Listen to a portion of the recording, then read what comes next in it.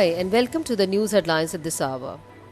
Muslim militants allied with the Islamic State group set off a powerful motorcycle explosive followed by a suicide bombing that together killed 14 people on Monday, many of them soldiers, in the worst extremist attack in the Philippines this year. At least 75 soldiers, police and civilians were wounded in the midday bombing in Jolo town in southern Sulu province, Regional Military Commander Lieutenant General Corleto Venluan said. The bombings were staged as the government grapples with the highest number of coronavirus infections in the Southeast Asia. Venluan said most of the victims, including children, were killed and wounded in the first attack when a bomb attached to a motorcycle exploded near two parked army trucks in front of a grocery store and computer shop in Jolo.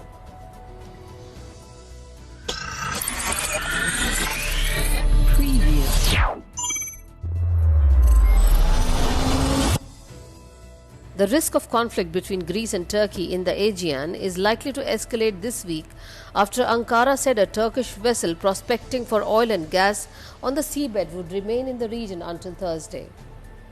The Oruki Rezi exploration vessel, escorted by warships, has been expected to withdraw from this area on Sunday, but the Turkish government said it would continue conducting seismic surveys in a move that further antagonizes already tense relations with Greece.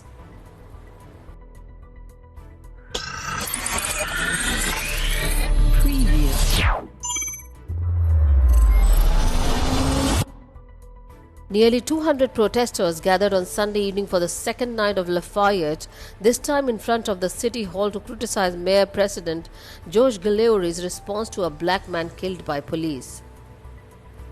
The peaceful demonstrations in front of the City Hall led up to a group from there leaving to join others along a parkway where they blocked traffic near a mall for over an hour. Other groups traveled to other parts of the city later on Sunday, including an intersection where Lafayette's Paris Sharif's deputies in riot gear dispersed the crowd.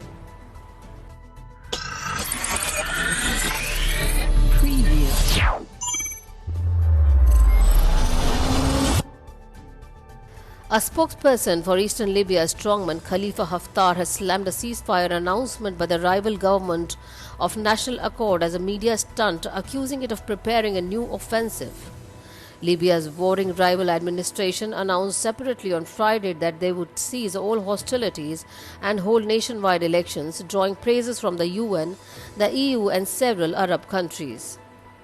The surprise declaration followed multiple visits by top foreign diplomats to Libya in recent weeks and came after a series of agreements and pledges that, however, have been failed to be implemented.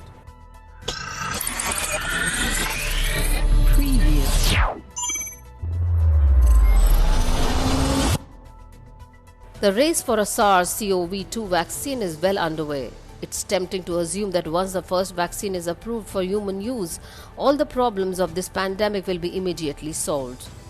Unfortunately, that is not exactly the case. Developing a new vaccine is only the first part of the complete journey that is supposed to end with the return of some sort of normal life. Producing hundreds of millions of vaccines for the US and billions for the world as a whole will be no small feat. There are many technical and economic challenges that will need to be overcome somehow to produce millions of vaccines as fast as possible.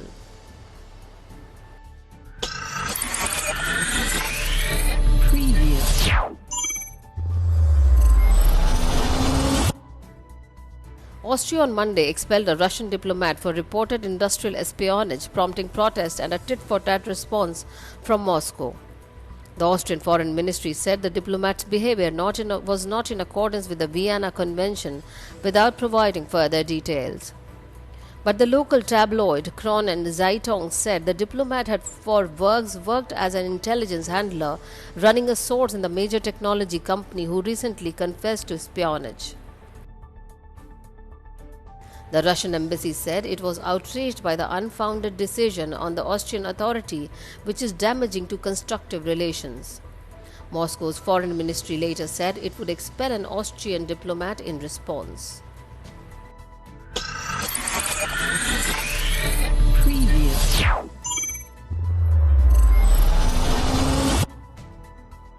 Authorities in the Gaza Strip on Monday announced the first coronavirus case spread through the community, raising fears of potentially devastating outbreak in the impoverished Palestinian territory blockaded by Israel and Egypt. Until now, all the cases reported in Gaza were linked to quarantine facilities for residents returning from abroad. The health ministry said 4 people from the same family have been tested positive for this virus in central Gaza, and investigations were underway to track the source of the infection. A full lockdown was imposed on Al-Maghazi refugee camp where the family lives. The ministry said a woman from Gaza who was allowed to travel to Jerusalem for medical treatment tested positive. Health workers in Gaza then tested her family members, revealing the 4 cases. The Islamic militant Hamas group, which rules Gaza, announced a 48 hours curfew in entire territory, closing businesses, schools, mosques, and cafes.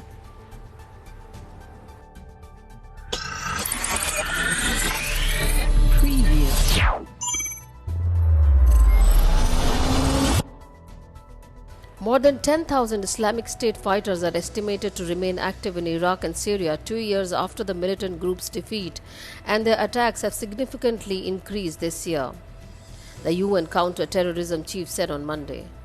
Vladimir Voronkov said the UN Security Council that Islamic State fighters move freely in small cells between the 2 countries.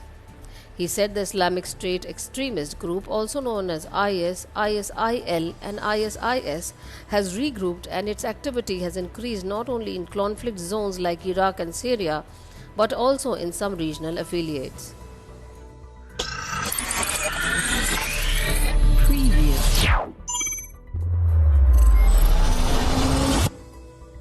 Mexico's president said on Monday the United Nations would be welcome to come to Mexico to investigate any rights violation like the August 24, 2010 massacre of 72 migrants in the northern town of San Fernando. Speaking on the 10th anniversary of the slaughter of mostly Central American migrants, President Andrés Manuel López Obrador said he has proposed legal changes to make international investigations possible from the start, especially in cases of forced disappearances. Mexican law currently gives sole power to the Mexican prosecutors in such cases. Forced disappearance is when police, military, and other public employees kidnap and disappear someone. This is Jyoti reporting for Our Voice.